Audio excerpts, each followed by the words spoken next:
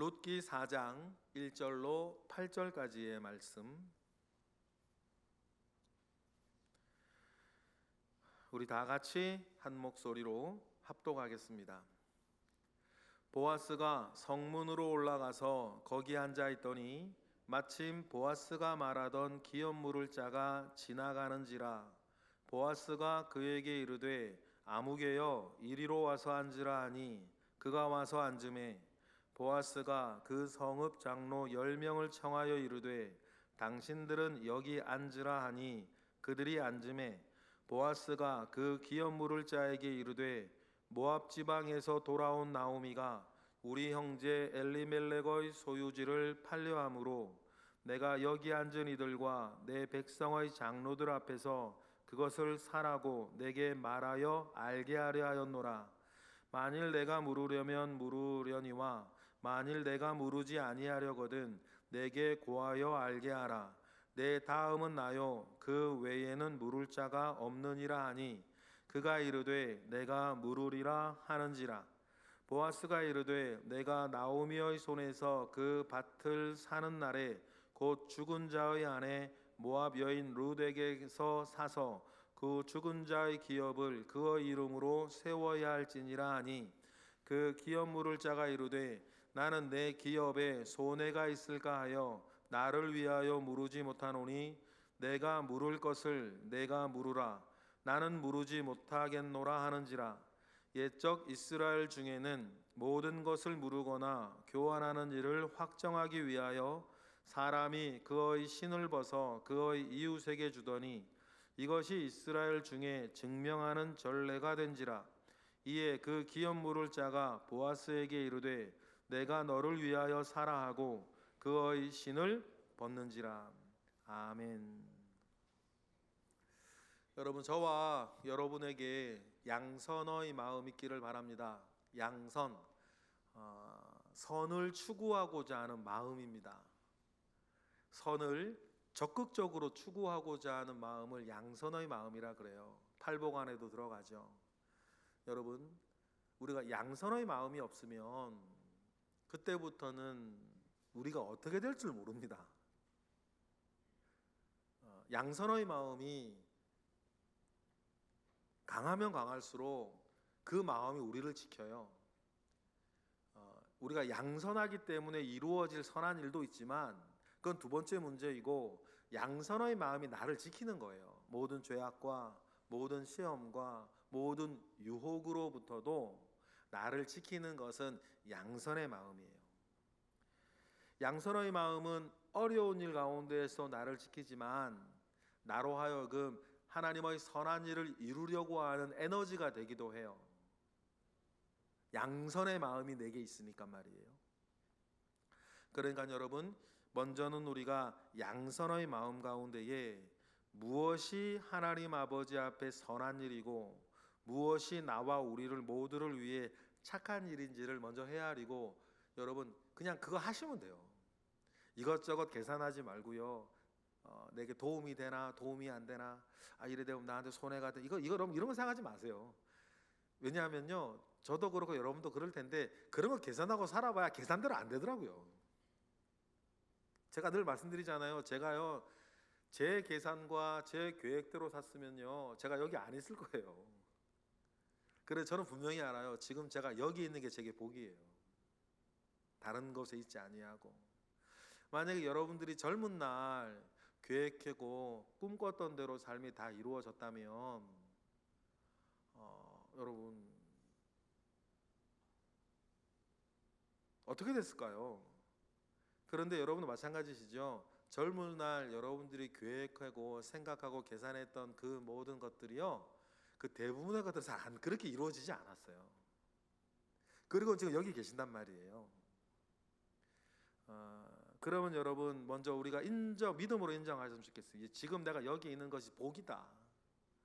나 다른 곳에도 다른 일 하지 않고 내가 여기에서 이 일 하고 있는 게 복이라는 것을 여러분, 우리는 먼저 믿어요. 그러니 여러분, 그런 계산 다 내려놓고 눈앞에 있는 그 양선하는 마음 가운데에 우리의 삶을 살아가시는 주의 은혜가 있기를 바라요. 그리고 기도하는 거예요. 우리가 헛갈릴 때도 많이 있거든요. 하나님 기도하면서 하나님 아버지의 뜻 가운데 기도하고 양선의 마음 가운데 나를 자꾸 세울 수 있도록 기도를 하는데, 기도는 두 가지가 있다 그랬어요. 보통 사람들이 이런 생각, 이런 말 많이 해요. 기도한다고 되냐? 기도한다고 되냐?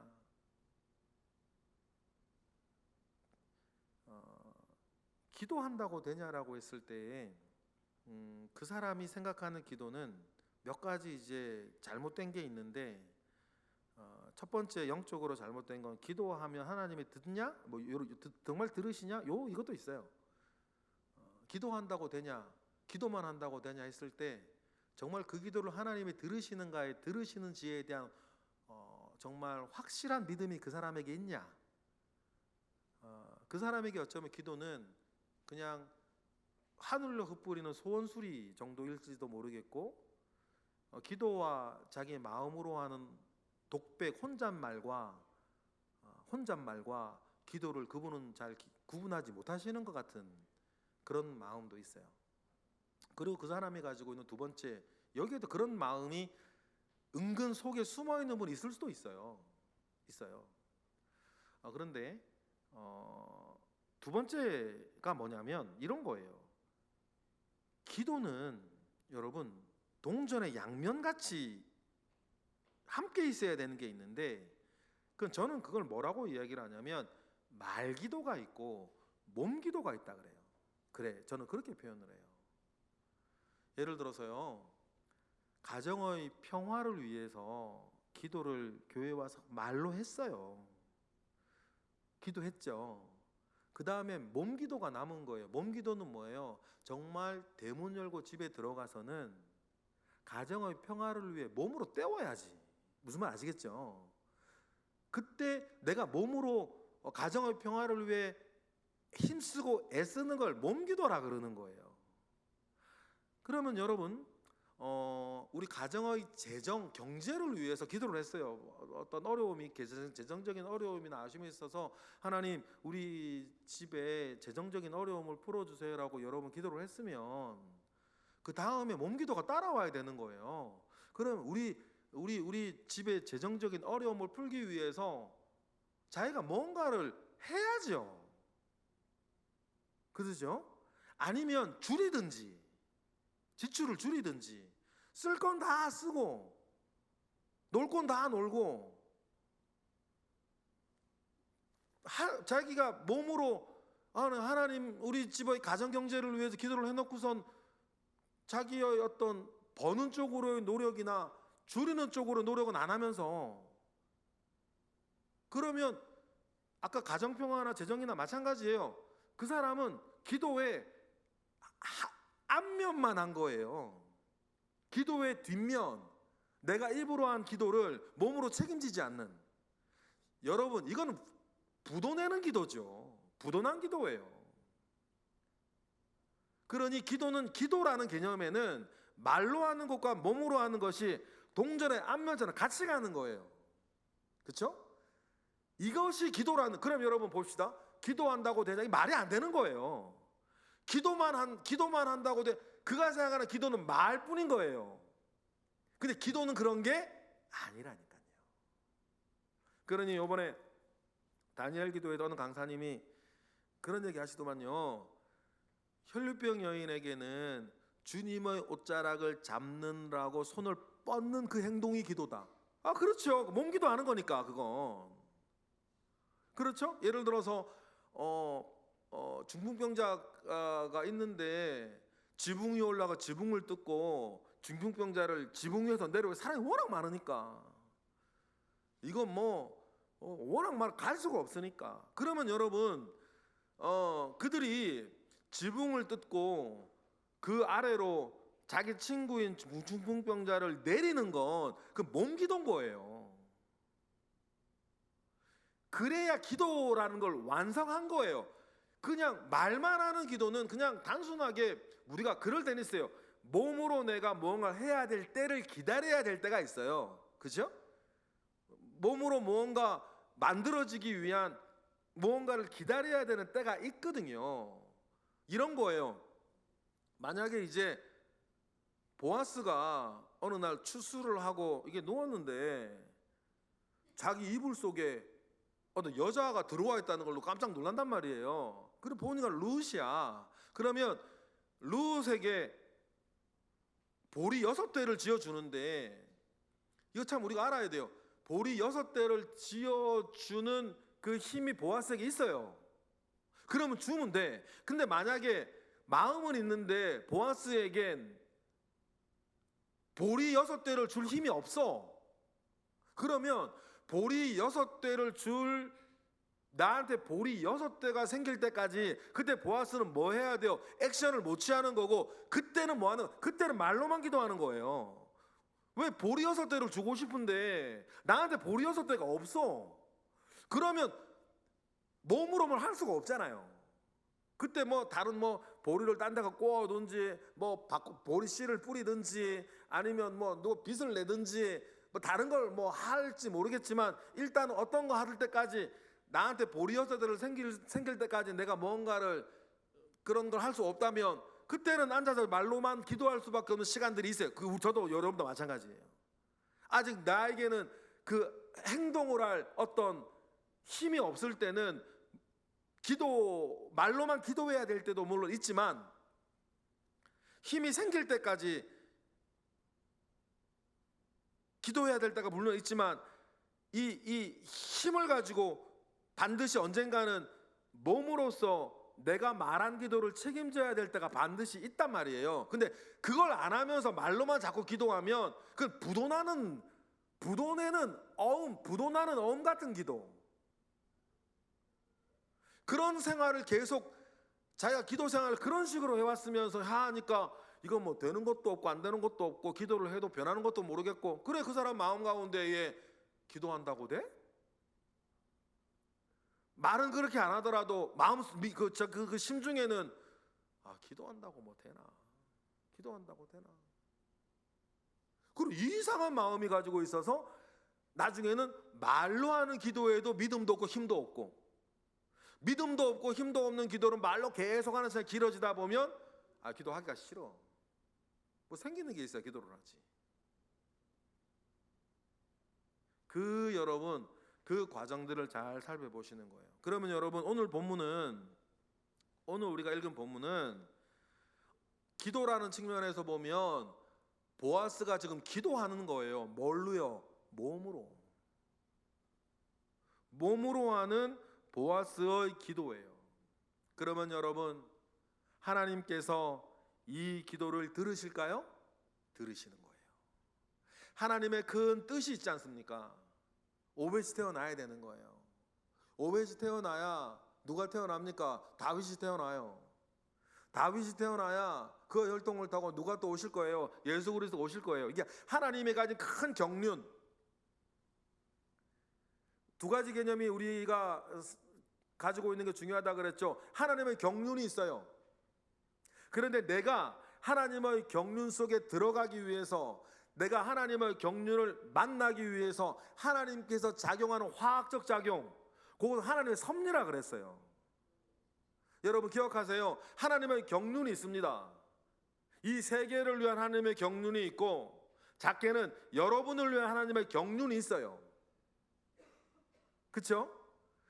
하나님께 여러분을 위해서 아무런 계획도, 아무런 뜻도, 아무런 목적도 없으시겠어요?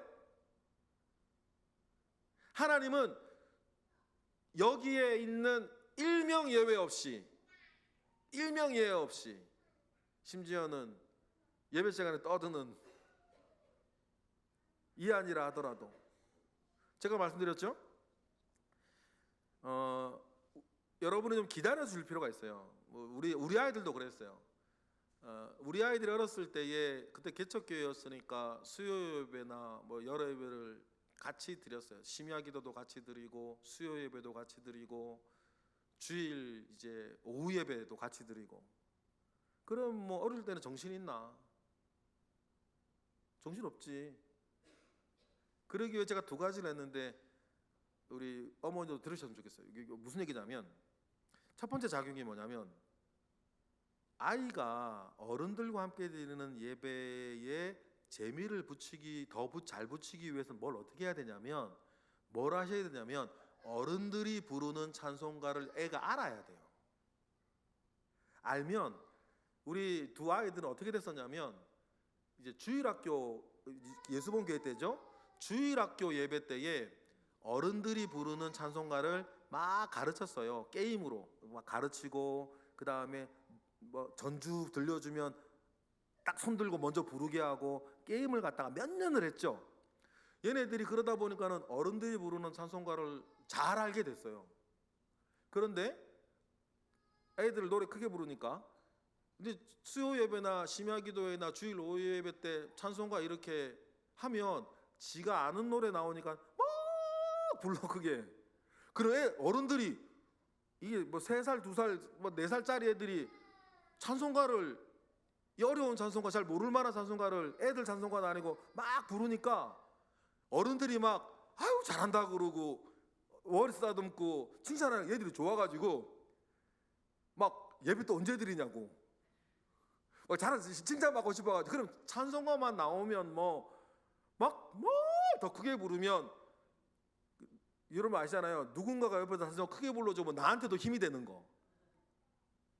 그러면서 예배가 되게 이게 좋아지면 자기도 기분들 좋아지고 하면서 이렇게 예배에 더 재미를 붙이기 시작하는 것이 있었고, 그때 이제 그래도 이제 애들이 막 이렇게 설교 듣고 하면 뭐 무슨 말인지 알겠어요. 제가 딱 보니까 우리 아이들 보니까 고등학교 2, 3학년 지나가면서 다른 분의 설교는 모르겠는데 제 설교 같은 경우는 고등학교 2, 3학년이 넘어가면서 무슨 말인지 좀 알아들으면 집중하는 것 같아요. 그 전까지 뭐 졸느라고 정신없고.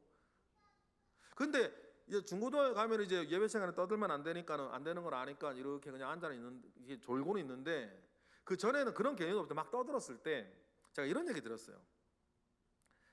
우리 아이들이 예배 시간에 떠들고 하는데 그때 우리들이 조금 더 기다려주면, 저걸 참아주면 저 아이는 어떻게 되냐면 어른들과 예배하는 것이 매우 익숙해진 아이가 되는 거예요. 그런데 우리가 막 떠든다고 막 자꾸만 이렇게 이렇게 하면 아이나 어머니나 자꾸 이게 지금 애들 나가게 하게 다른 데로 가야겠죠? 그러면 길러지지 못하는 게 뭐냐면 어른들과 예배 드리는 것을 익숙하게 길들여지는 시간들을 못 가져요.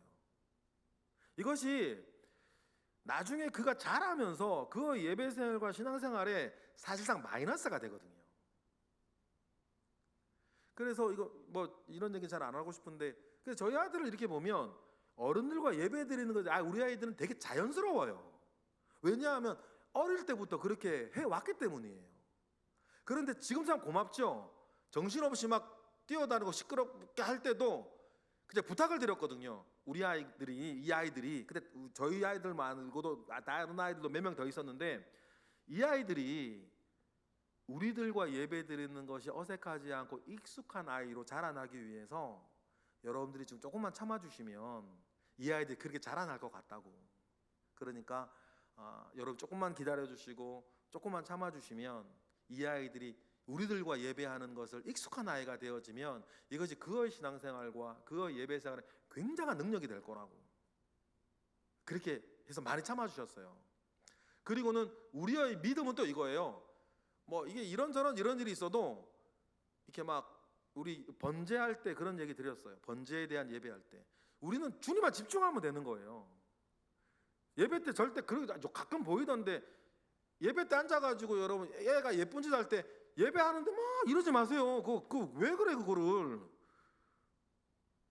엄마한테 맡기고 애가 이렇게 시끄럽게 하든지 애가 예쁜 짓 하든지, 여러분 우리는 주님을 집중하는 거지. 예배는 애하고 막 장난치고 막 애하고 놀고 있고, 아니면 애 시끄럽게 한다고 막 이러고 있고 그런다면 이거는 예배자의 태도가 아닌 거예요. 예배자의 기본적인 태도는 내 몸과 내 마음과 정신과 시간을 주님께 집중해야지. 애 이쁘다고 애하고 장난치고 있고 뭐 빠빠이 하고 있고 그거는 좋지 않아요. 예배는 주님께 집중하는 거예요. 그러니까 우리가 예를 들어 귀여운 애가 있을 때 유혹 들지 마시고, 시끄러운 애가 있을 때 시험 들지 마시고, 우리가 참아주면 그 아이는 우리와 함께 예배 드리는 것이 익숙한 아이가 되는데, 그러지 못한 아이들이 여러분 어른들 예배, 우리의 예배 들어왔을 때 얼마나 어려운지 아세요, 여러분? 그냥 이렇게 막 여러분들과 함께 예배 드리는 것이 여러분 잘못은 아니에요. 여러분들과 함께 예배 드리는 것을 매우 어려워한다고 애들이, 요즘 애들이요. 왜냐하면 너무 말랑말랑한 예배로 고등학교 때까지 드려왔거든. 그러면서 성인이 되어서 이게 너무 엄숙한 이 예배 드리려고 하면 애 너무 힘들어해. 그 리추얼 자체를 힘들어해요. 예배 예식 자체를.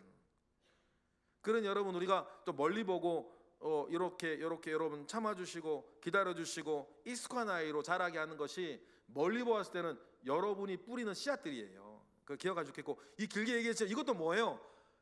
하나님의 경륜 앞에 뭐 이한이나 우리나 우리 인생을 향한 하나님의 경륜이 있다는 거예요. 그러면 그 경륜을 위해서 나를 이렇게 맞춰가고, 어떤 이가 그 경륜 위에 그 삶을 맞춰갈 수 있도록 우리가 도와주는 것, 그것이 우리가 함께 살아가는 이유들이니까, 함께 예배하는 이유들이고, 그리고 여기에 있는 그 누구, 가장 나이 어린 이한이로부터 가장 나이가 많으신 우리 우리 이정신 권사님이나 이승수 권사님, 전사님, 강윤재 권사님, 이런 분들까지도 분명히 뭐가 있냐면 나를 향한 하나님의 경륜이라는 것이 있어요. 하나님의 뜻이 향하지 않는 사람 인생은 없으니까. 그러면 중요한 게 뭐냐면, 이 자리에 누구라도 하나님의 경륜이 있는데 내가 그 하나님의 경륜에 들어가거나 하나님의 경륜을 만나는 하나님으로부터의 그 작용이 있어요. 그 작용을 뭐라 부른다고요? 하나님의 섭리라고 불러요. 우리에게는 하나님의 섭리의 순간이 매우 중요해요. 그리고 이 하나님의 섭리의 순간을 만나려면 기도가 있어야 돼요. 말의 기도와 몸의 기도. 오늘 본문 1절에도요, 하나님은 하나님의 경륜을 이루기 위해서 여러 가지 섭리를 이 사람들에게 주어오고 있었어요. 어떤 섭리가 대표적으로 했냐면, 룻이 베들레헴에 와가지고 밭에 나달을 주스러 가는데, 가서 딱 주스 밭이 누구 밭이에요? 보아스 밭인 거예요. 이게 뭐예요? 이게 하나님의 섭리인 거예요. 보아스와 룻이 만나야 하나님의 경륜이 일어나는데, 알고 간 게 아니었거든요. 룻이 그냥 밭에 보리나다를 주스러 가는데, 어디로 갈까? 젊은 여자가 얼마나 또 부끄럽겠어요. 사실은 이게 뭐 동냥하러 다니는 건데, 가면 누가 가라고 괄시할 수도 있고 멸시를 할 수도 있고, 이건 그런데 왼쪽으로 갈까 오른쪽으로 갈까 할 때 이상하게 오른쪽으로 가고 싶어. 하나님의 섭리들이에요. 그래서 나오미는, 룻은 누구 밭에서 나달을 주어야 돼요? 보아스의 밭에서 나달을 주어야 되는 거예요. 그러면 그 몸과 마음이 그렇게 이끌려져 가는 게 뭐예요? 하나님의 섭리예요. 그래서 나달을 어디서 주는 거예요? 보아스의 밭에 주는 거예요. 그때 또 때마침 그 밭에 누가 와요? 보아스가 와요. 이게 섭리인 거예요. 보아스가 오늘은 밭에 한번 나가볼까? 오늘 밭에 한번 나가볼까? 아니, 오늘은 이러저러 하니까 오늘 10시쯤에 나가볼까? 그 마음 먹어지는 게 그게 섭리인 거예요. 섭리. 그리고는 이불 자기가 자려고 한 이불에 룻이 딱 이렇게 있을 때 깜짝 놀라가지고 너 누구냐 그러니까 룻입니다 했을 때 보아스가 짜증이 확 나면 어떡할 그때? 그때부터 일이 틀어지는. 아니면 놀라가지고 뭔 짓이냐고 분노가 일어나면 어떡할 거예요? 야, 네가 이러려고 내 밭에서 나달 주워 왔냐? 너 속셈이 이거였냐? 이렇게 나오면 어떻게 될 거예요? 그럴 때 하나님 섭리하시죠. 그동안 보아왔던 룻의 모습 가운데 보아서 아이고 룻이냐, 그 마음에 일렁인 은혜, 그게 섭리인 거예요. 근데 오늘 본문도요, 딱 하나님의 섭리가 하나 있어요. 2자짜리 한번 찾아보실래요? 4장 1절 다 같이 4장 1절 시작. 보아스가 성문으로 올라가서 거기 앉아 있더니 마침 보아스가 말하던 기업 물을 자가 지나가는지라. 보아스가 그에게 이르되 아무개여 이리로 와서 앉으라 하니 그가 와서, 사원의 섭리가 뭐예요? 아시겠죠? 마침. 보아스가 고대 사회에는, 그렇죠? 성문이 재판하는 자리였고, 성문이 등기소였고, 성문이 재판장이고 등기소고 막 그런 거예요. 그리고 검문소기도 하고. 그리고 어떤 보아스가 법적인 어떤 행위를 할 때에는 성문으로 가요. 성문에는 그러면 그 마을의 어른들이, 장로들이 앉아 있어요. 그럼 거기 재판도 하고 요런 것처럼 기업 물을자 확인도 하고 소유권 확인도 하고 시시비비 있을 때 다 여기서 일어나니까 보아스는 글로 가는데, 거기에 딱 가니까 마침 누가 지나가요? 기업 물을자가 지나가는 거예요. 이게 하나님의 섭리라는 거예요. 될 일은 되게 하시는 하나님의 섭리. 그래서 하나님의 경륜을 이루어 가시는. 그러면 일이 쉽게 되어질 거예요. 기업 물을 자, 이게 쉽게 말하면 이게 뭐냐면, 기업 물을 자 이 단어 자체가, 가알이라는 이 단어 자체가 가장 가까운 친척이라는 단어예요. 왜냐하면 망한 집안을 일으켜 세우기 위해서 가장 가까운 친척에서부터 그 집안이 일어나기 위해 도울 책임이 있다는 거예요. 그리고 기업 물을 자 이러면 여러분 너무 어려우시면 단어가 가장 가까운 친척인 거예요. 가장 가까운 친척. 우리가 친척이 많이 있지만 가장 가까운 친척 중에서도 가장 가까운 사람이 있지요. 이 정서적으로 말하는 건 이건 아니고, 물론 법적으로 말하는 거예요. 사촌보다 삼촌이 가까운 거 아니에요, 그죠? 그런 것처럼 팔촌보다 사촌이 가깝고 이런 말인 거예요. 가장 가까운 친척이에요. 그리고 마침 지나가니까 장로 10명 모아다가, 이제 맨 처음에는 보아스가 조금 이렇게 완곡하게 얘기를 해요. 3절이에요. 기업 물을 자에게 말을 하죠. 3절 읽어볼까요? 시작. 보아스가 그 기업 물을 자에게 이르되 모압 지방에 돌아온 나오미가 우리 형제 엘리멜렉의 소유지를 팔려 하는데 네가 살려냐 얘기를 하는 거예요. 그러면 돈 없으면 못 사겠지만 만약에 그 돈이 있으면 그 밭을 사면 기근도 끝났겠다. 이제 거기서 밀농사도 보리농사하면 여러 가지 좋겠죠. 냉큼 사겠다 그러는 거예요. 보아스가 4절에서 그러죠. 그런데 네가 안 사면 내가 사겠다. 내가 기업을 모르겠다라고 하면서 4절엔 네가 아니면 내가 하겠다. 나밖에 없다 얘기를 해요. 그런데 사겠다 그러니까 4절에 그 사람이 사겠다 그러죠. 그러면 네가 산다면 이 일은 그냥 부동산만 사는 게 아니라 사실은 기업 물을 자의 의무를 감당해야 되는 거다라고 원래 그 내용을, 진짜 내용을 알려줘요. 5절이죠. 5절 읽어볼까요? 오늘 본문 5절 시작. 보아스가 이르되 내가 나오미의 손에서 그 밭을 사는 날에 곧 죽은 자의 아내 모압 여인 룻에게서 사서 그 죽은 자의 기업을 그의 이름으로 세워줘야 할 것이다. 이게 무슨 말이냐면, 네가 그 나오미의 밭을 사려면 그의 며느리 룻에게 사서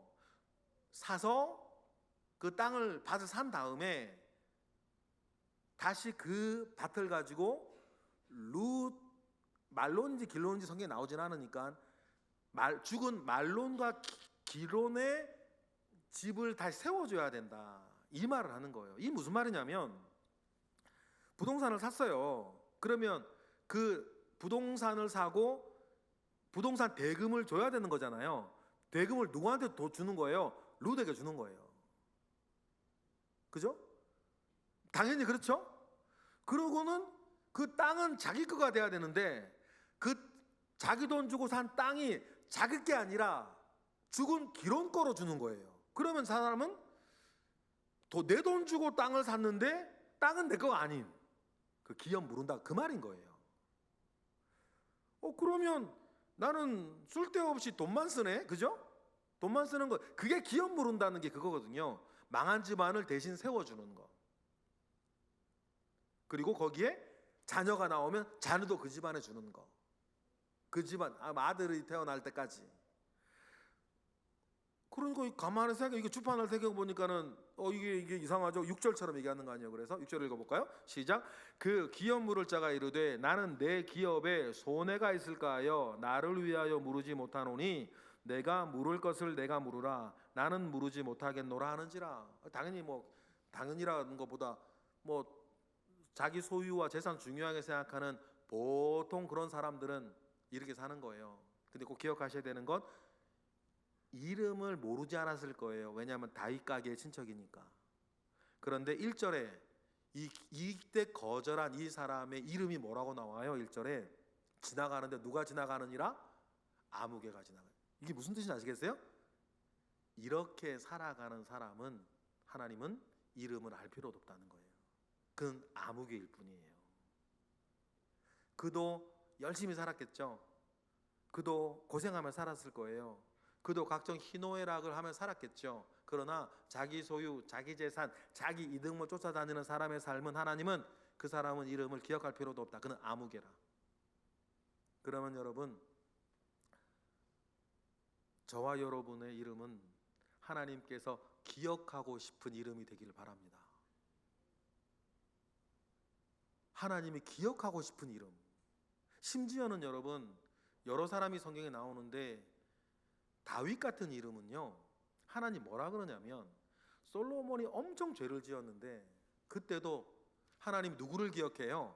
내가 다윗을 기억해서 솔로몬 너에게 벌을 내리지는 않겠다. 이렇게 나왔어요. 나중에 다윗 후손 왕들이 굉장히 잘못을 저지를 때도 하나님 뭐라 그러냐면 성경이 이렇게 나와요. 하나님이 누구를 기억하사? 다윗을 기억하사 그들에게 벌을 내리지 않아요. 여러분, 하나님 앞에 이런 이름도 있단 말이에요.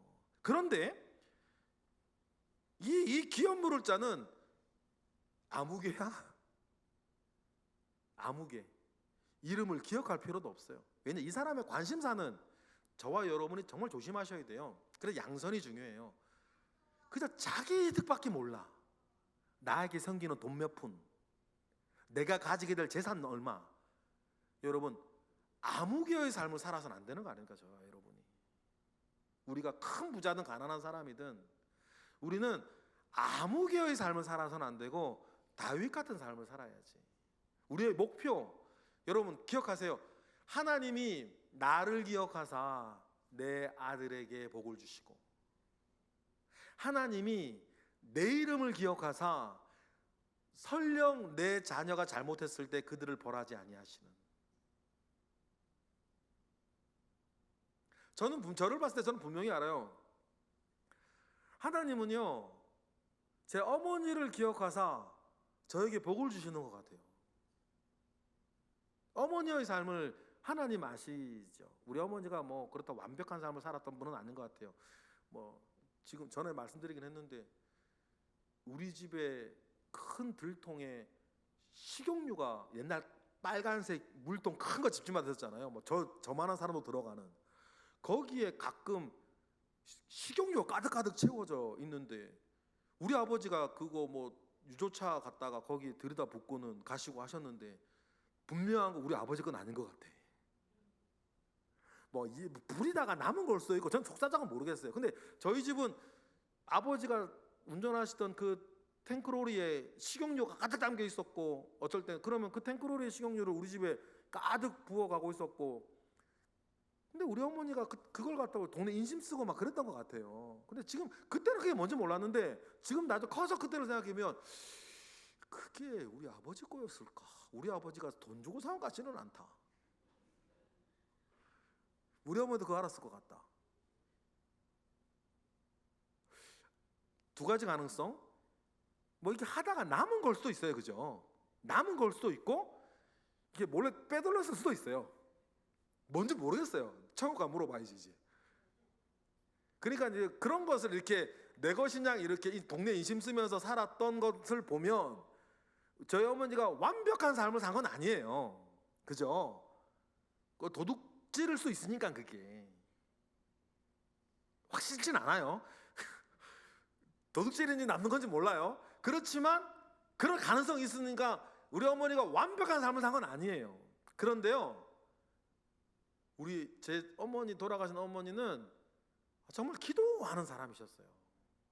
제 어머니에 대한 제 가장 강력한 기억은 두 가지인데, 새벽 기도 갔다 와서 짜증나게 자꾸만 제 머리통 붙잡고 기도하는 거. 아이, 자야 되는데 자꾸 머리통 붙잡고 기도하니까 새벽마다. 여러분 그거 모르시죠? 새벽마다 제 머리가 들려, 이렇게 흔들려 이렇게.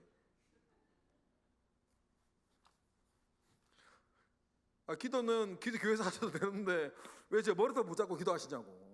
그 기억 하나가 있고, 금식 기도를 밥 먹듯이 하시는 거예요. 금식 기도를 밥 먹듯이 하시는 거. 20일, 40일은 스트레스는 많지는 않고 40일도 기억이 여러 번 나고, 20일, 일주일 금식 기도는 정말 밥 먹듯이 하셨어요. 집에서 살림하시면서 금식하셨으니까. 그리고 기억 말씀드렸죠?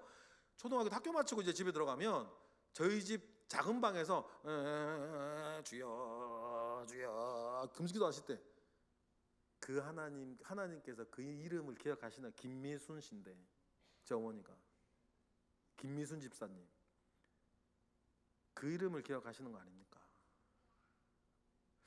부탁드리고 싶어요. 여러분, 여기 계신 어머니 아버지들, 저도 마찬가지. 우리가 아무개의 삶을 살지 말자. 아무개 어떻게 살았는지 아시죠? 딱 6절에 나오잖아요. 그 삶이 어떤 사람의 삶이었는지. 아무개의 삶을 살지 않고 하나님께서 기억하실 만한 이름 석자, 대표적인 다윗과 같은 삶을 우리가 살아야 하지 않겠는가, 그런 생각을 해봅니다. 그리고 7절 8절 보니까 냉큼 그 사람이 신발을 벗어줘요. 여러분, 신발을 벗는다는 게 뭐냐면 권리 양도, 권리 포기를 말해요.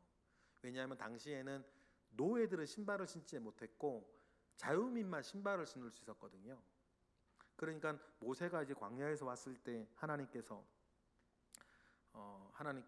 네 발에 신을 벗으라라고 하는 말이 무슨 말이냐면, 너를 위해서 네가 당연히 가지고 있는 권리를 나에게 양도하고 네 권리를 포기하라는 거예요. 이 말이 뭐냐면 앞으로 내 종이 되어 살아란 말입니다. 그때 모세가 신을 벗지 않습니까? 우리가 하나님 아버지 앞에, 여러분, 단 한 번은 크게 내 신을 벗어야 할 때가 있어요. 그래야 여러분 하나님이 기억하시는 이름이 됩니다.